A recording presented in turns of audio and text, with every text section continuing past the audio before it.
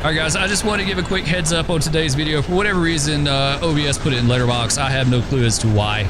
It was recorded in full screen, is captured in full screen, the game was running full screen, but for whatever reason it came out as letterbox, and I guess that's just part of it when you do this kind of stuff. Sometimes you run into weird things.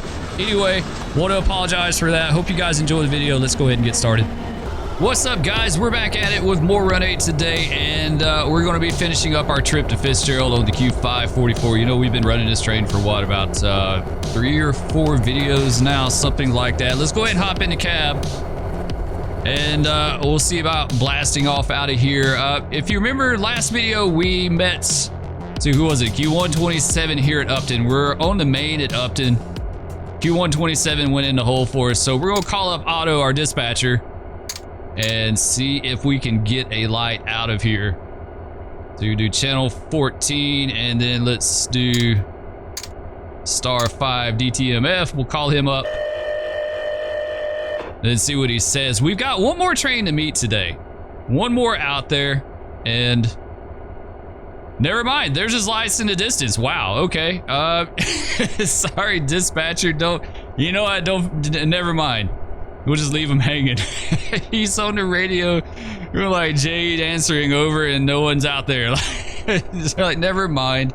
Wow, okay, yeah, we're meeting another train here. So there's our one more train. After this, we'll have Ozerfield and Fitzgerald, and then our trip will be done. I guess we'll hop back on the ground, right, and watch this guy by. We'll watch him by like real life. Yeah, it's been a fun trip. Seems like a lot of you guys have enjoyed this train, the Q544. I've enjoyed it. It's one that's a little bit personal to me because, like I said, I call it the 544 a lot. Probably, I took that train into Atlanta probably more than any other train, really. Like, it wasn't one of our regulars, as I've said before. That was a Fitzgerald crew change, or train, but what would happen is they would go dead, and we had that agreement where we said anything Manchester and north to Atlanta, a Manchester crew would recrew it and take it in. So that's how we got it.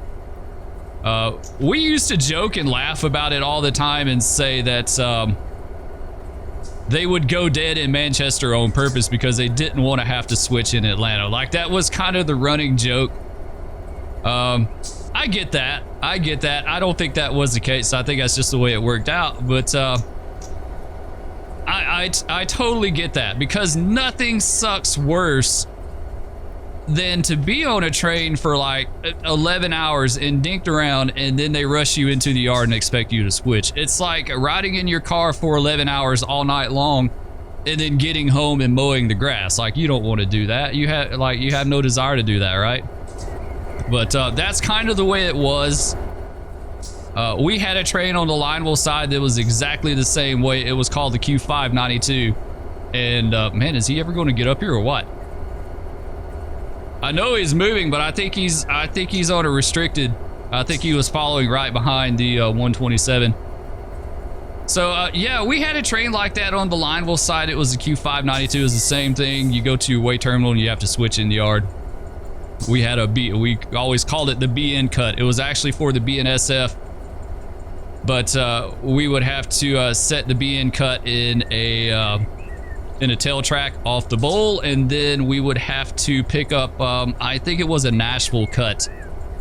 We would pick up a Nashville cut. So like they would say, pull your BN cut into 2 tail, grab 1 tail, make your train solid. So 1 tail would be your Nashville cut, and you'd make your train solid, then you'd pull down to a place called the fire plug to get refueled. So I didn't mind switching. I like switching.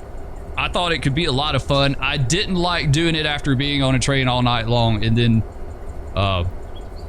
getting into the yard and having to do that. Like, that always sucked, and they were really, really bad about that. Like, they would like I said, they would dink you around all night long on this train, put you in the hole for everyone. You would sit for hours waiting. And then when it started getting down to like 2 hours left before you went dead, then they start getting in a hurry to get you in the yard so you could do your switching. You know, and I hated that. I didn't like that. I didn't like that operating philosophy.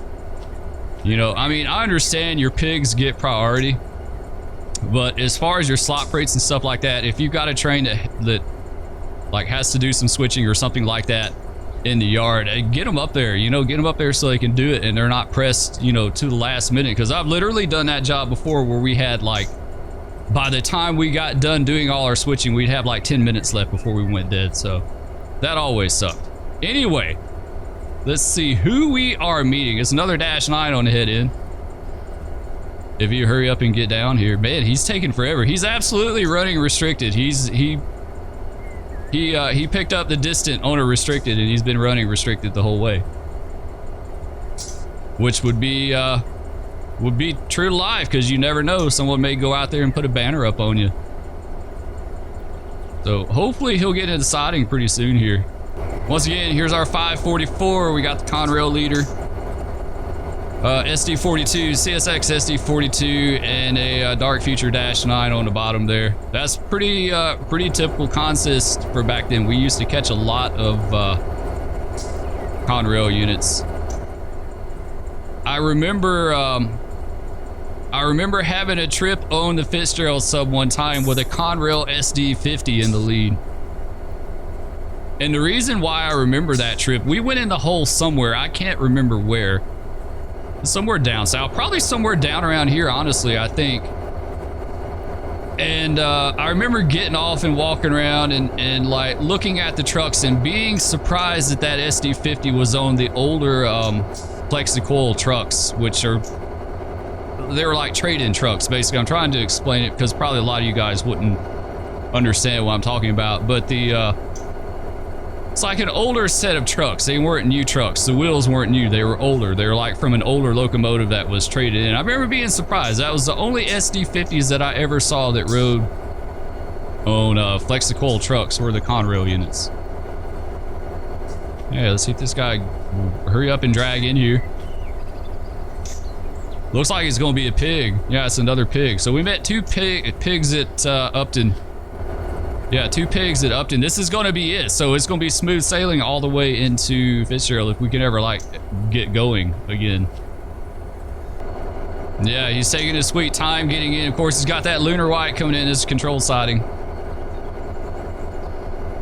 So we're going to come in at restricted speed, which means being able to have, you know, stop within half the range of vision. There's a whole bunch of other stuff tacked onto that too, but that's the basic gist of it. He's got to be able to stop within half the range of vision. And I'm trying to remember what pig this is. I think this is going to be a Q141. I'm trying to remember the pair. I think it was 141 and 142 were the Cincinnati pigs. There he is. 9041 on the head in. Nice. 2-9s. That's all she's got today. Yeah, this is the 141. She's going to be a lot of, like, mostly domestic containers back then, and they were all single stack because they had a tunnel up there that they didn't clear or something like that. I think that's changed now. Like, they've done a lot of tunnel clearances, but I think that's how it went down. But yeah, she's going to be all single stack.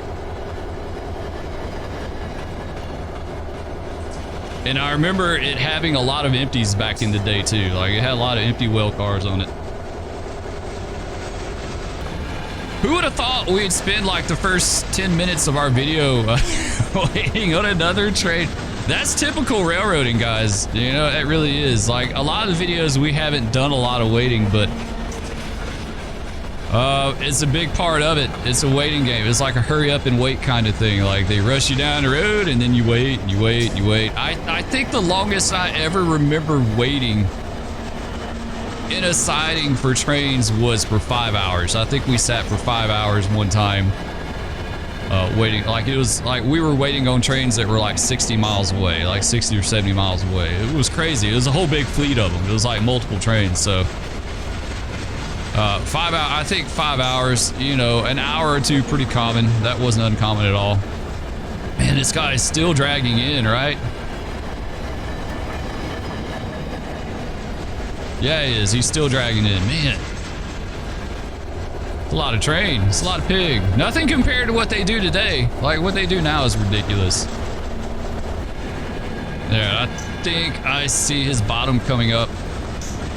Yeah, his bottom's coming into the switch right now. Sweet.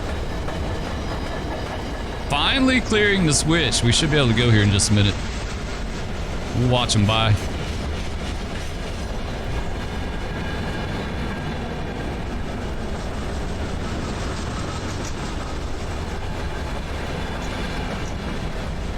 Alright, here we go. Let's see what we got. Let's make sure he looks good. I wonder, can the AI trains get stuck brakes? Is that a thing? Like, could you see them smoking?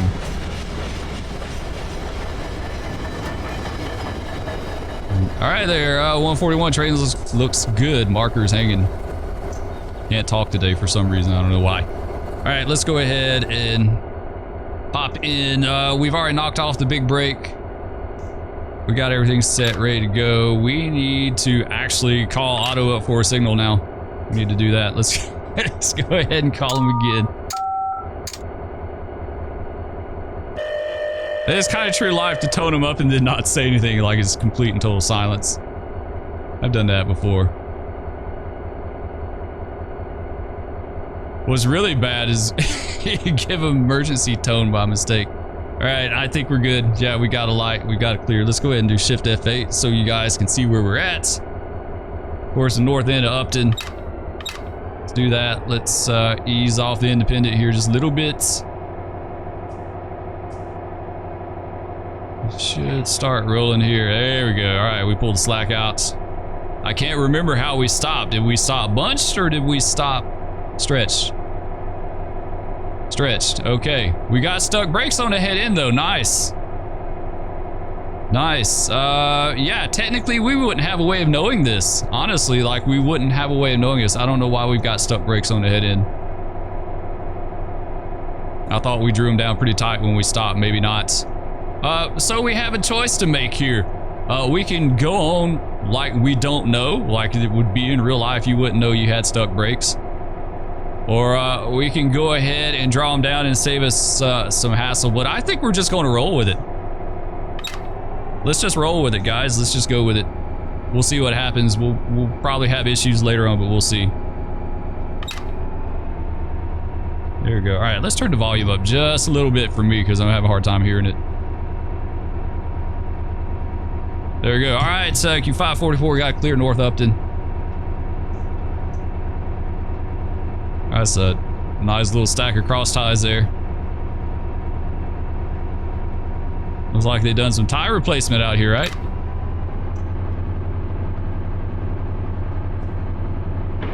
So yeah, 544 was an interesting train. I gotta, you know, like I said, we always used to say the Fitzgerald crews went dead on purpose so they wouldn't have to switch in Atlanta. And like I said, I totally get that. Atlanta was always a hot mess. It blows my mind for you guys that are rail fans, and I know some of you are, the ones that watch this. It blows my mind that Tilford Yard was ripped up in Atlanta. Like, I could tell you, there's a place there in Tilford called Pine Street where we did a lot of the swapping crews and stuff like that. There were so many times I can think of where I sat there at Pine Street, like it was kind of in a curve on the south end of the yard or towards the south end of the yard, and they had like little benches out front.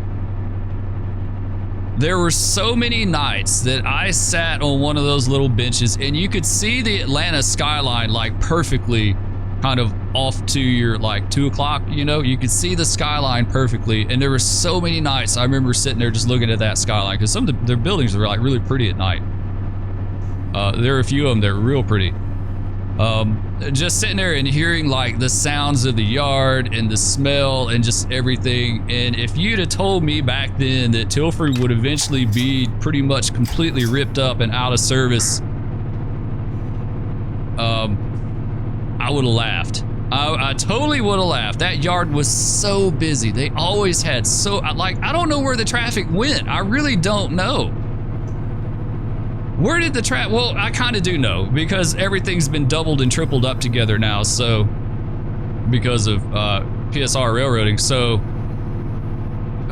you know, instead of running 2 trains, they're now combining them into one and just running the 1 train. But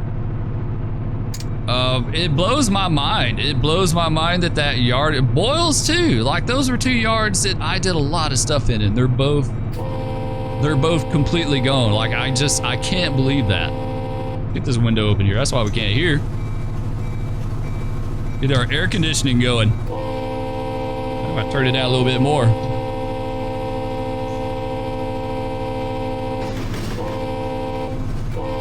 There we go. All right, I think that's a little better.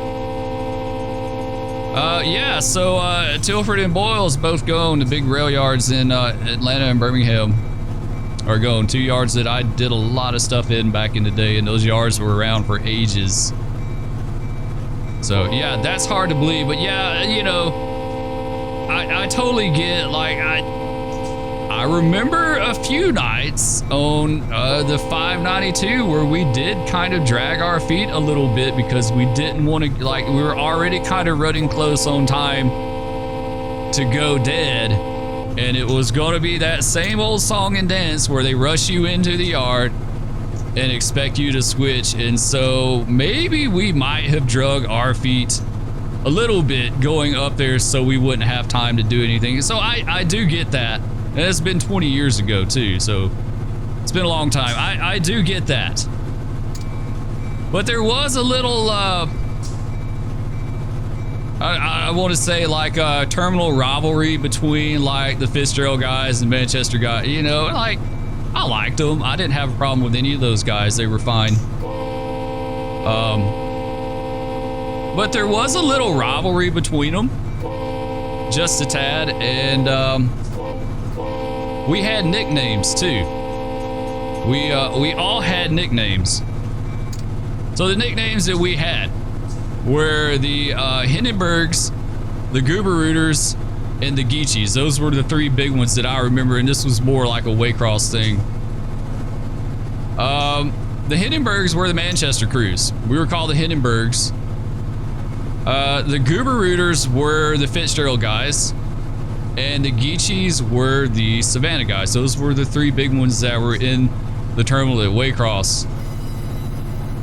And the reason, like, of course, Goober-Rooters is pretty self-explanatory. There's a lot of peanuts that were grown and harvested around Fitzgerald, that part of Georgia. So that's where they got the Goober-Rooter from. The Geechies were Savannah guys, and that was because of the Ogeechee River.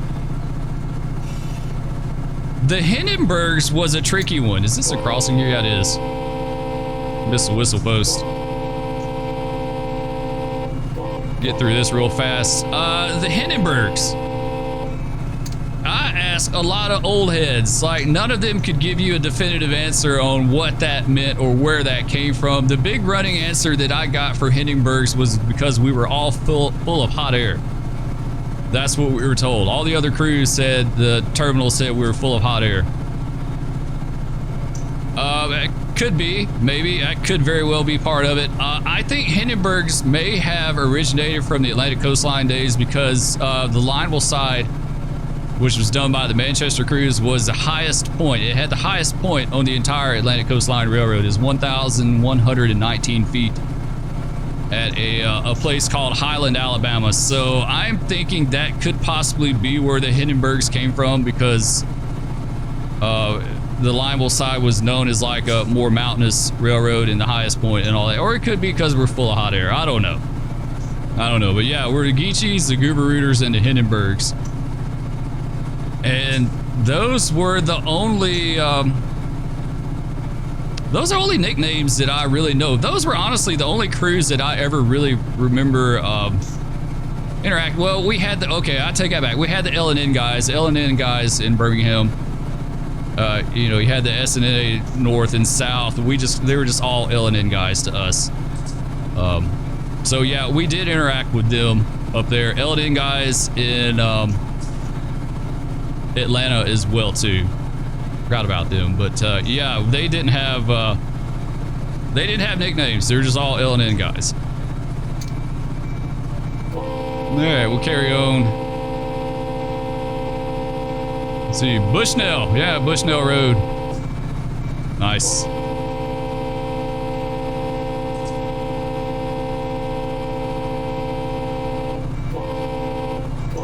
And this should be the signal at Bushnell, right? I think so. I think that's it coming up. Yeah, Bushnell, yeah.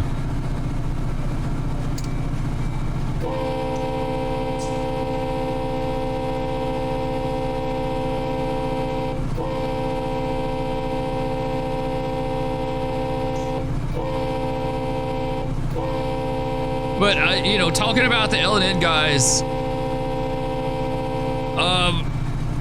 I think there was a little bit of rivalry there. You know, honestly, it kind of seemed like to me,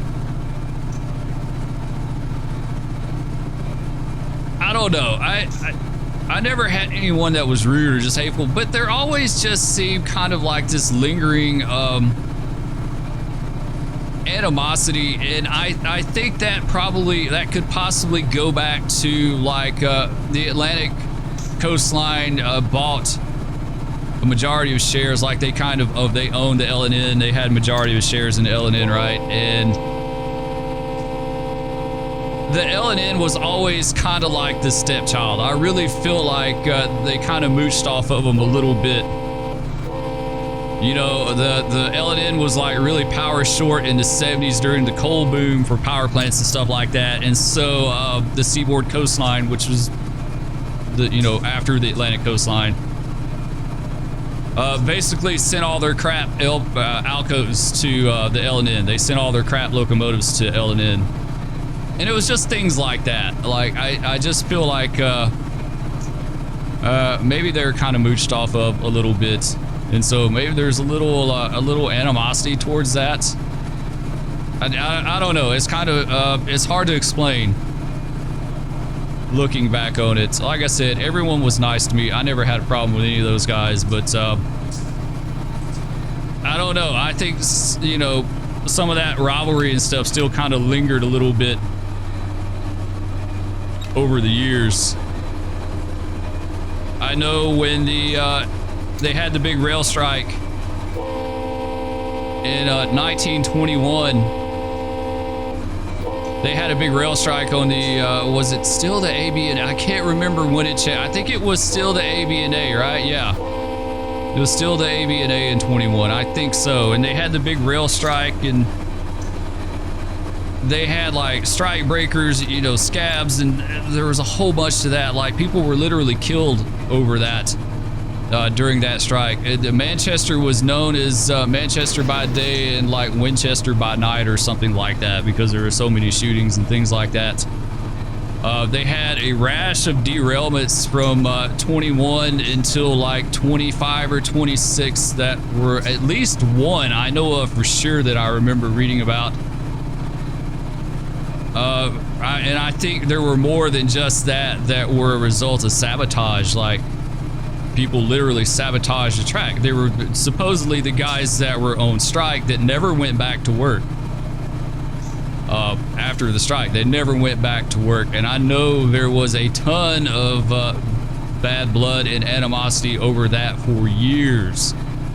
For years after that, because of, you know, like I said, bad blood for people, you know, breaking the strike, and for the sabotage, and there was literally guys killed. There was the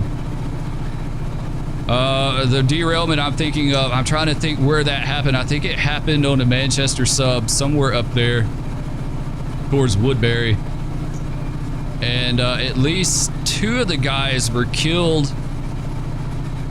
It may have been all the guys. We're talking during steam engine days, right? So they went, I think how that went down was I have to go back and read it, but I think how that went down was that someone went out there at night and pulled some spikes in a curve. I think they pulled some spikes. I think that's what it was. They pulled some spikes, because that's really easy to do. And then they came along later that night and derailed. And of course, a derailment with a steam engine on the head end is like a ticking time bomb, right? Like, it, you know, there's not going to be a good outcome if the steam engine goes off the rails. So I want to say 2 of the guys died, and maybe the 3rd one died later. I'm trying to remember how that went down. It's kind of sketchy. It's been a long time.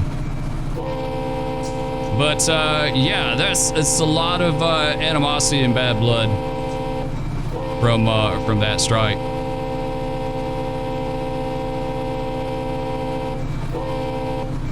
All right, we're coming through Ambrose. Got a story for you about Ambrose.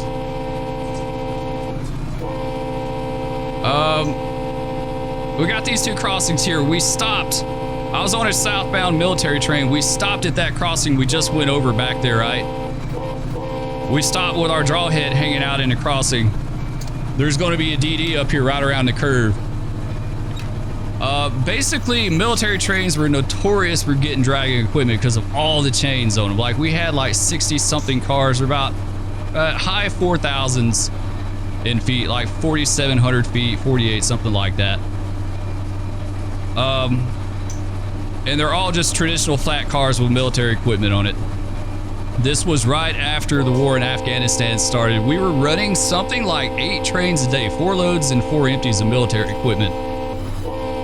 It was a lot. It was a crazy amount of stuff being moved in, and we already had a ton of trains that we were having trouble moving, and then we had all these military trains on top of it. But had a southbound military train, and is my bell on or off? I can't tell. I think it's on.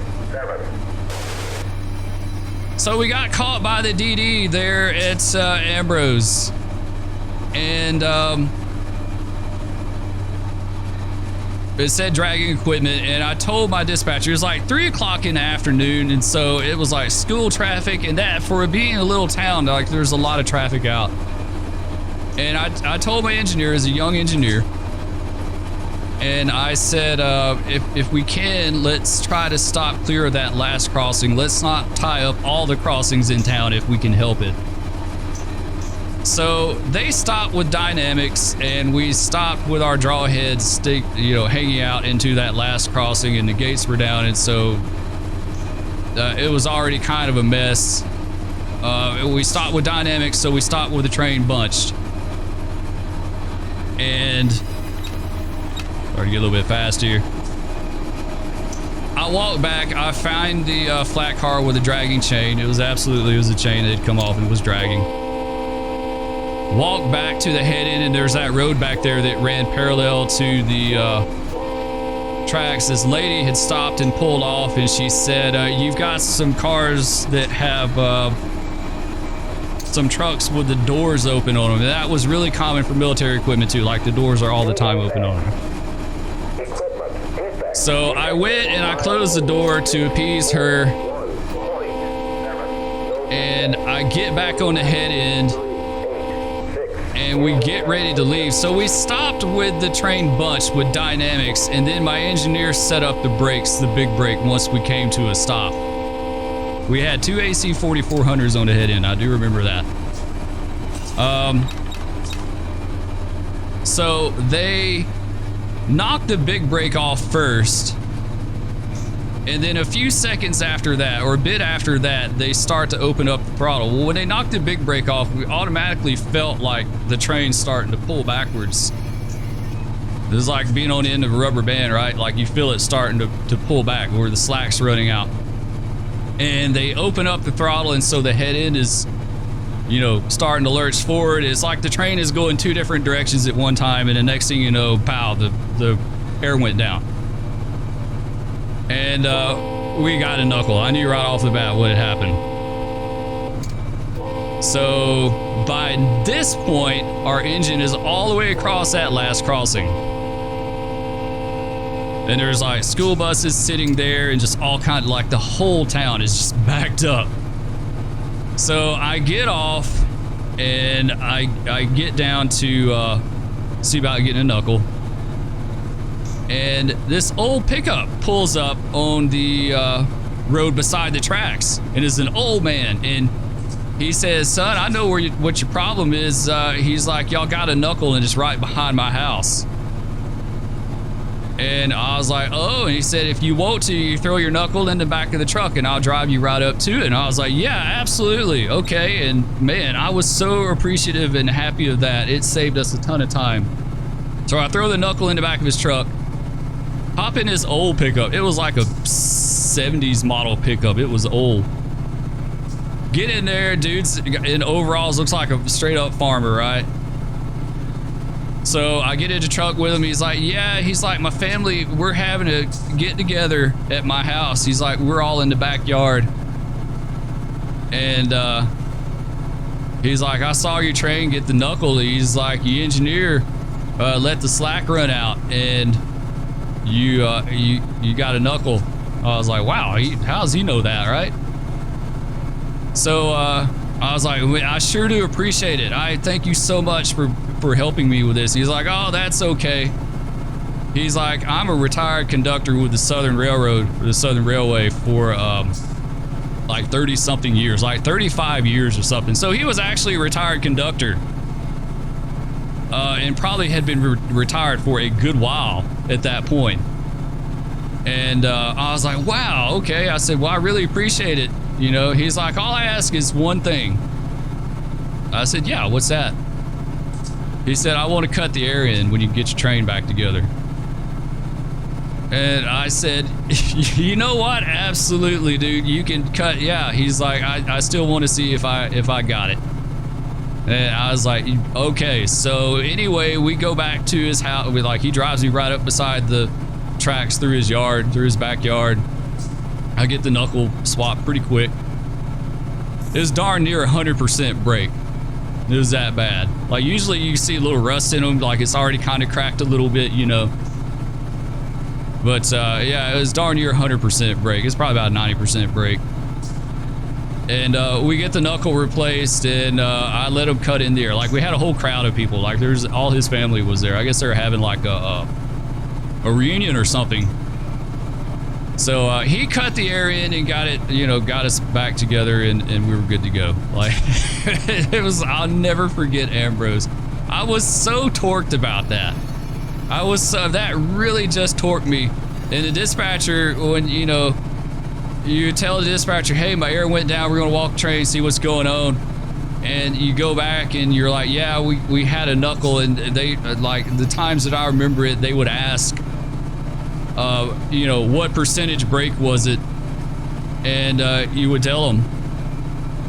And a large, like 99% of the time, I would lie about it and say that it wasn't that much, if, you know, but it's to kind of help the engineer out a little bit, right? So that day, I told him straight up it's 90% break. I told him it was a 90% break. I was like, it's 90% break. I was really torqued about that. We'd had a lot of other issues on that trip too. Like most all engineers I got along with fine. Like I don't meet a stranger. I don't have a mean bone in my body, but we just, yeah, it wasn't a good trip. It wasn't a good trip. It is one of those trips where you just go and you barely say anything to each other, you know, like it just, it was just not a good trip. So yeah, I told the dispatcher it was a 90% break. They knew. I made it very clear over the radio. Everyone heard it was a 90% break. Basically saying that my engineer messed up. Like they messed up and they caused that, so. All right, let's carry on. We're starting to come over this, knot here. See if we can modulate with the throttle a little bit. We may have to get a little air. Like I said, we get a few mile an hour fast. I don't sweat it. We didn't sweat it in real life. It wasn't that big of a deal. Let's see, what is our throttle at right now? That's the only thing. I think we'll be all right. It doesn't look like we're picking up that much. Yeah, all right, let's go ahead and widen back up a little bit here because it's starting to go back up. Like I said, as far as grade south of Fitzgerald, it's undulating. Like there's nothing really that major.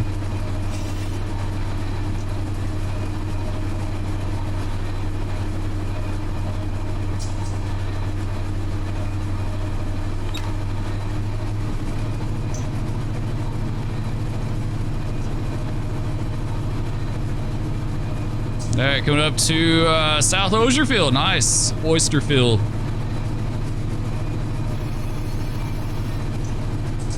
This is where I saw one of my few wild rattlesnakes I've ever seen in real life was here.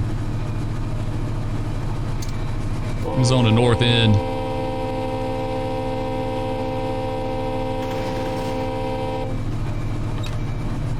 little more throttle there. Come out number 8. Man, I just love the dirt roads and stuff along the tracks. Like, they've done such an outstanding job on this route capturing the feel of South Georgia. Like, they really just have. I can't stress that enough. Let's see what we got on the north end. All right, CSXQ 544 got clear in North Ozierfield. I almost said Oysterfield. Some people did. North Ozierfield. And we got the 6475 north out.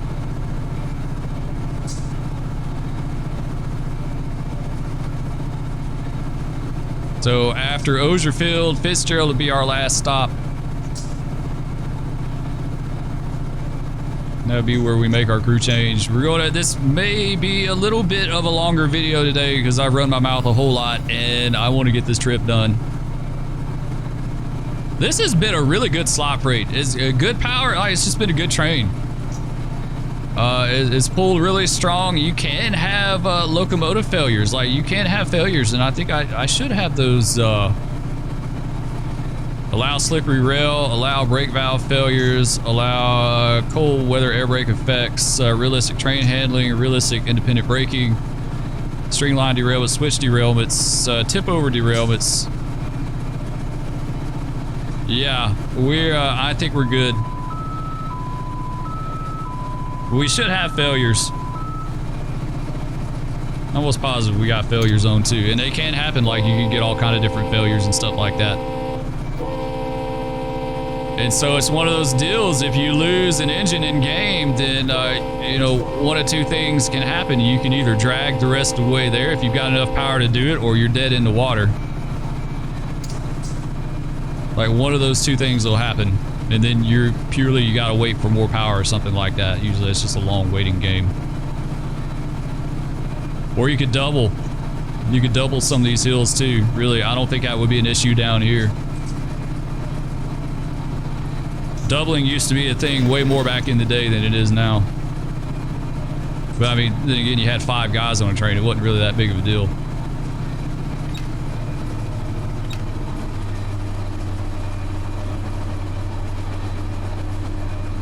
A little bit of a downhill here.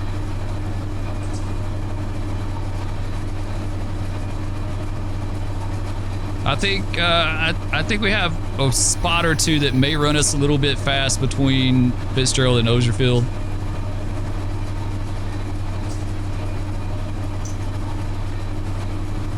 I'm trying to remember. Like, this is a stretch that I don't analyze too much in the profile because it's all over the place, right?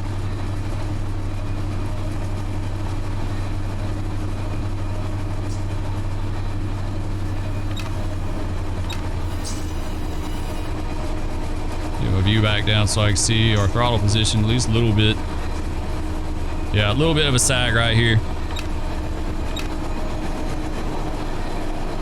You see it goes right back up. You can kind of tell in the distance where it goes back up. We're just going to go with it.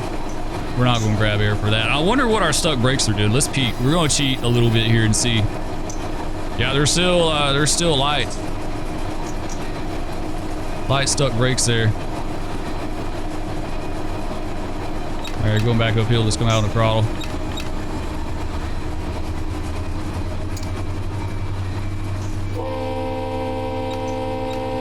Go ahead and wipe it. We may grab some air. We may draw them down and see if we can fix that. Maybe maintenance away guy or someone called us on the radio and said we got stuck brakes. Being that light, I don't even know if there would be much to, like, alert you. Let's go ahead and drag them down really good, though. Let's draw them down real good. Oh, we just went through a crossing. I wasn't paying attention. I was watching my brakes. Oops.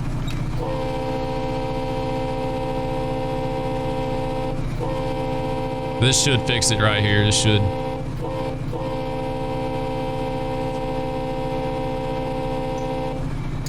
We're gonna keep going with it. We're gonna stay in the throttle. We're not coming out. Come on, you come on down.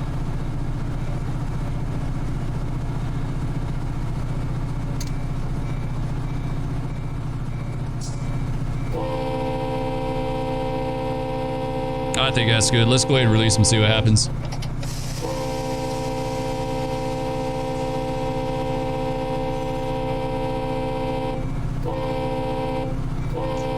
I hate that. It killed our speed, but I'm really kind of surprised. Sometimes the DD will get you with stuck brakes, but those are really light, so I don't think it's that big of a deal. Like I said, they're so light, they may not have even given an indication that they were stuck. Like, there may not have been much smoke. If they're really stuck, the DD will pop you. You'll get hit by the DD. And I remember the first time I got that in game, playing it here recently, like before I started doing the videos. I got stopped by a DD, and I remember going through, walking the train and not seeing a hot axle, and like, what is that? And then it dawned on me that it could have been stuck brakes, and I found the car that it was, but... And you may, like, you could have a train that might be a little sticky, or a car that's sticky and is giving you problems, so you just cut the brakes out and bleed them. And you don't have to worry about it. Like, I've had one train before that I don't have on video that it had like one car in it that was constantly constantly sticking on me. And drawing them down tight wasn't helping. So I wound up stopping and just bleeding them. Cutting them out and bleeding them.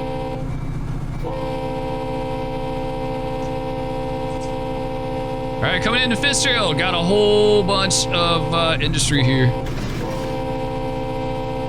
Fitzgerald's a pretty cool area. I don't know what local works is nowadays or how they did that, but I think back in the day they had a yard job here.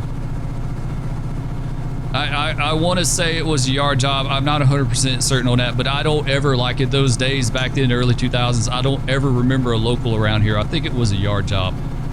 Maybe like a Y101 or something like that. All right, got to clear by Fitzgerald holdouts.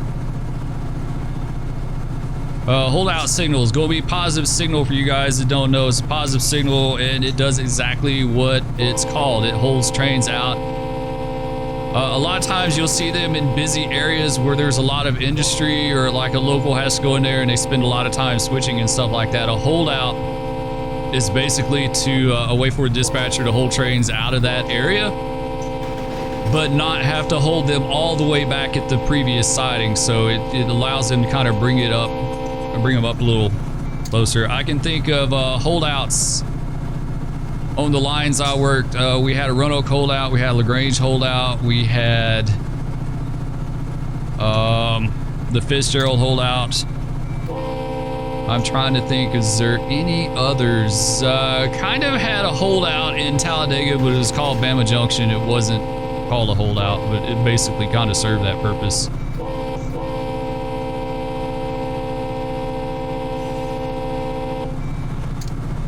Yeah, we got speed reduction coming up too. I almost forgot about that. I was like, I think we got a speed reduction coming up.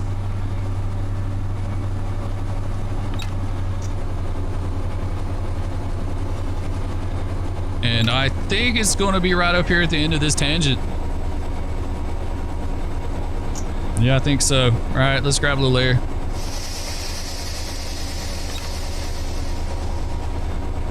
Get 10 pounds. So we'll have to worry about those stuck brakes anymore. I didn't even think to look to see if that drawing them down cured it. I'm sure it did. Foamer beverages, that's cool. Of course, it's not Foamer beverages in real life. It's a place over there. You can see it a little better in real life. There wasn't any trees out there, but they did Czech Cola there. I think they made Czech Cola there.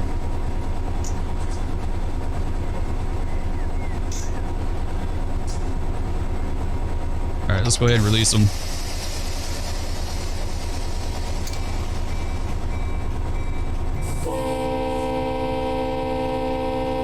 Hopefully that's going to do us good.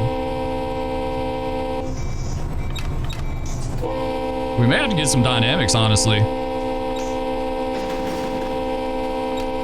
Let's just do that, yeah. Because Spur goofed up. I goof up a lot of times, and I goofed up on that one. I let go of the air too soon.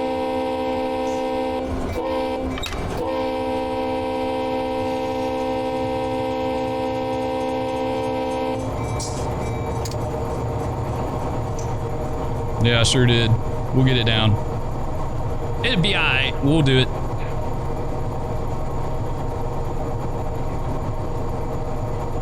I thought I could let go of the air and we'd be all right, like it'd go ahead and slow itself down, but I didn't take it into account that it's a downhill through here too, so we would have just sped right back up, at least a little bit.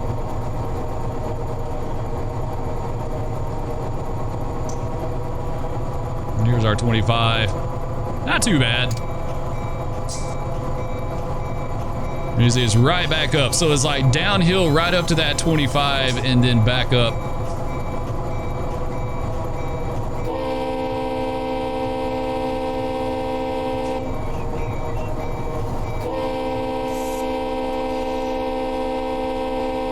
There we go.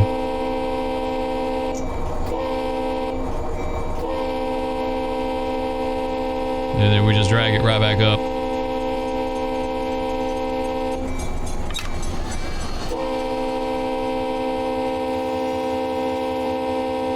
We should be okay for a bit. Our bottom's pushing us up the other side. We're all bunched up.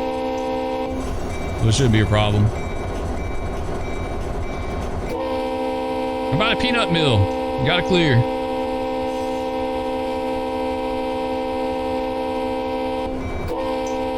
Fitzgerald was always kind of different, that it had a holdout and then it had an intermediate in between the holdout and the siding. Like all the other holdouts was like a holdout and then a siding. Like usually the holdout was a distant to the siding. All right, let's go ahead and come out and throttle easy since we're all bunched up.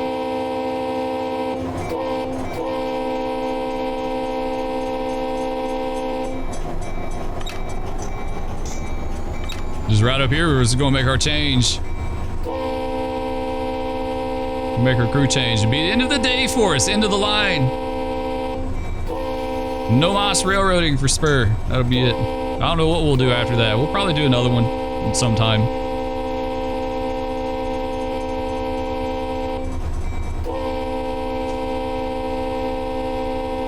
A lot of crossings through here. Kind of reminds me of Hornlando. If you guys run the A-line, y'all familiar with Hornlando?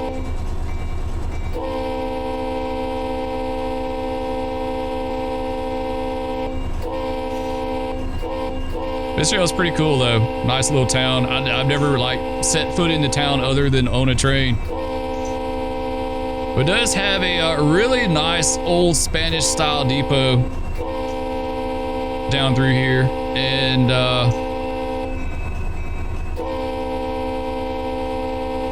it was really cool. It was definitely different. I think it's right there where that Amtrak depot. Yeah, that's where it would be at. It was definitely different. This big Spanish style depot with the arches and stuff like that.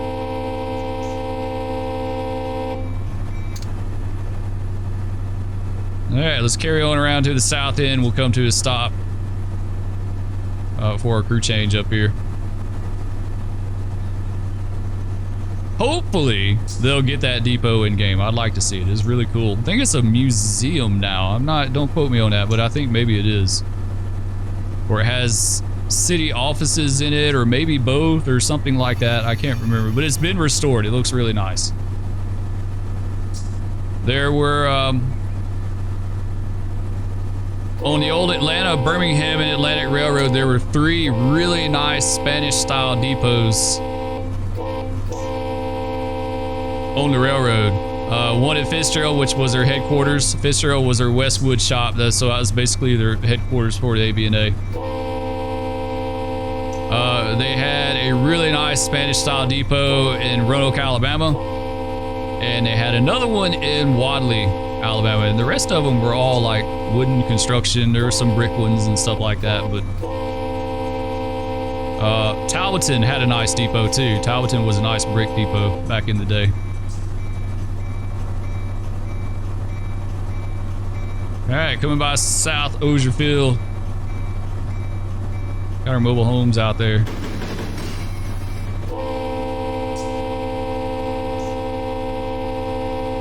But anyway, out of the Spanish depot, and they were really kind of odd because, like I said, they were the 3 that stood out. The Roanoke one burned. It burned years ago. It burned not long after I left the railroad. It burned down. And the one at Wadley is still left, but it's in really bad condition. And then the one at Fitzgerald, of course, has been restored. Let's come on around here, get ready for a stop.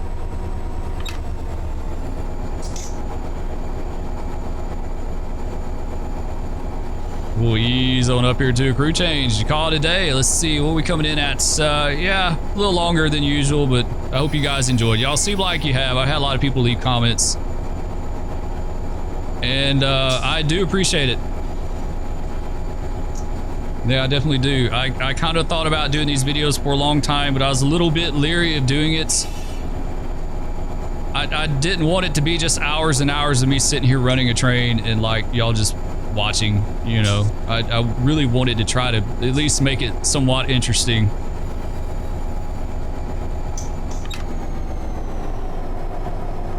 Yeah, we'll swap at our depot up here. Yeah, I'd love to see the old brick. The where they did the crew changes up here, that was done way later. That's not like an old historical building, but it's a neat little brick building up here.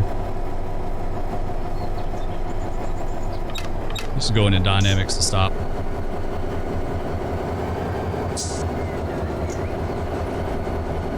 It's a lot easier to use the dynamics to stop at a specific point than air. Air's really tough. Because you're either going to wind up stopping short or going long, right? Like you can't, there's no adjusting that. Once you get it, once you get it, you might stop short, or you release it, you're going to go like, you know, it's definitely tougher on a freight train. I'm going to stop up here at this crossing. If we can get it under 10, we'll just use our locomotive brakes. We'll feather them. Like I've said plenty of times, and I'm not a real-life engineer, was never a real-life engineer. This is just all observations that I've made from guys that I ran with. A few of them did let me get throttle time from time to time, some more than others. They did, you know, give tips and tricks and stuff like that, but I am by no means an expert on this whatsoever, and I can't remember what. Okay, yeah, my keyboard has changed it up on me, unfortunately. Oh, come on. Which one is it? Yeah, we're going to go through it because Spur couldn't find his key, so we're going to stop down here by the depot instead.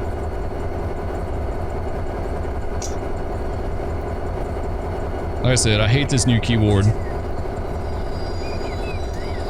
It's not feathering the way I want it to. I can't remember. Oh, yeah, I know now. There we go.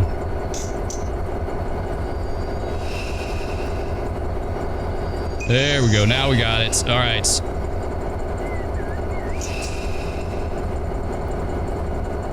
Sweet. All right, let's go ahead and grab some bear. Full independent. Crew's ready to go. They got their bags and their ice and their water right there beside the track, so we're good to go. It's just going to be a straight swap, right? Let's hop down and we'll take a peek at it.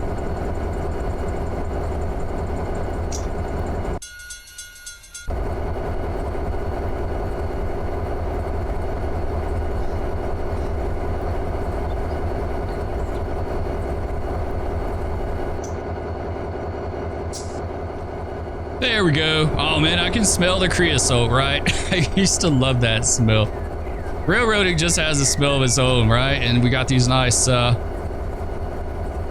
spike buckets too. That's really cool. I definitely remember seeing those sitting around. I think they do those in bags now. They don't even do them in buckets. There'd be the old shop, the pea patch over there, the pea patch. I don't know why it was called that. The only thing I do know is you see a coal train tied down on there a lot. So unit trains, stuff like that. Coal trains for sure. Anyway, that's going to do it for this one, guys. I hope y'all enjoyed. If you did, be sure to hit that like, subscribe, ring that bell. I don't say it a lot, but it definitely helps out a whole lot. Love all of you, and we'll catch you on the rails next time. Peace.